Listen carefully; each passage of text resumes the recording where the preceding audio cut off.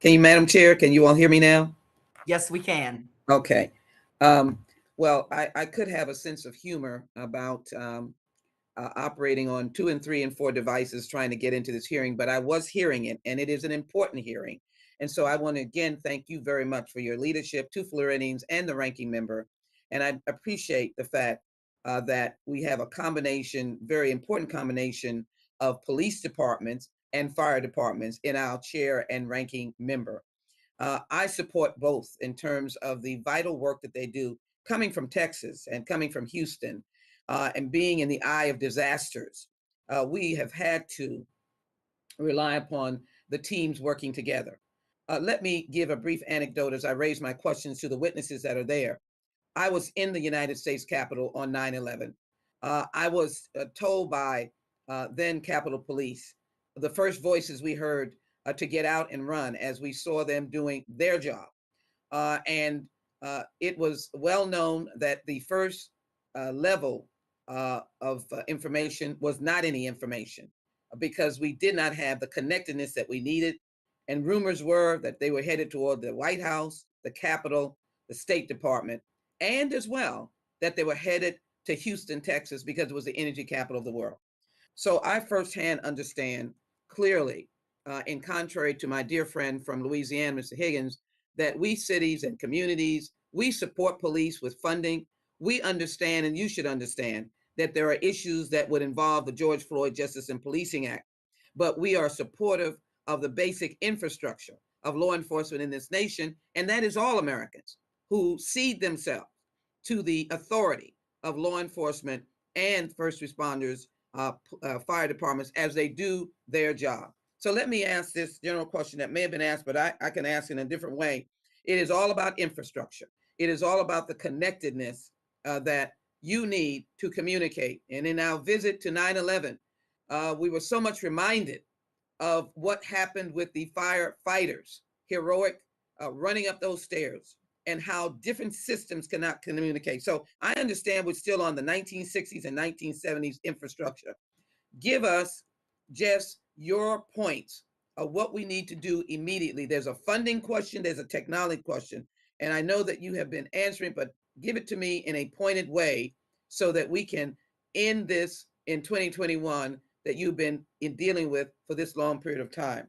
And I would be delighted to have the witnesses answer these questions if they would.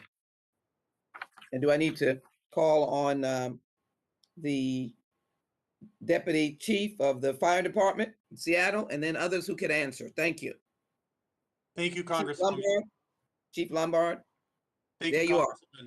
The so one of the things you mentioned the technology, but I can't emphasize enough the people aspect, that making sure that we have the people that we know who to talk to.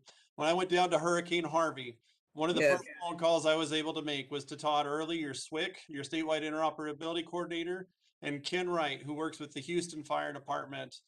By contacting them, I was able to find out who I needed to talk to find out and facilitate the communications infrastructure. What's working, what's not, what can we bring, how can we help you? DHS's support of SAFECOM and the FirstNet Public Safety Advisory Committee are two great examples where you as Congress are bringing us together so that we can make those connections, make those relationships, so that when disaster does come, we know who to contact on the ground. So Chief Meyer, Sheriff Meyer, what is your assessment of the greater work that we can do for law enforcement and the connectivity that you need? And speak about connectivity between different first responders, such as connectivity with fire departments, in addition to police departments or law enforcement. Chief Meyer? Thank you, Sheriff Meyer? Oh, go ahead. Oh, I'm sorry, can you hear me okay? Yes, I can hear you now. All right, thank you, ma'am.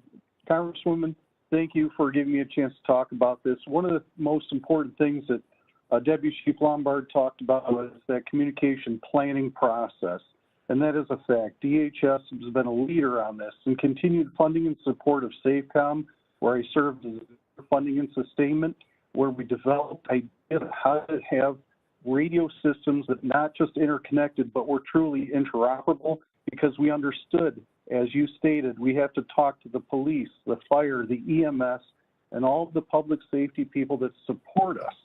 Those relationships and in the planning process are the single most important thing to move forward. Technology can be leveraged, most certainly. We add path diversity, we include resilience in our systems. As the sheriff talked about in Florida, we can have alternate locations to have our emergency communication centers so that if they are affected, they don't take out the entire communication system, just part of it that is affected. And we work around those. That's what we plan to do. Your continued support and funding of DHF SAFECOM and the efforts that we're doing will help keep us on the right path forward. The gentlewoman's time has expired. Thank you so much for Thank you so very much for this and your answers. hearing.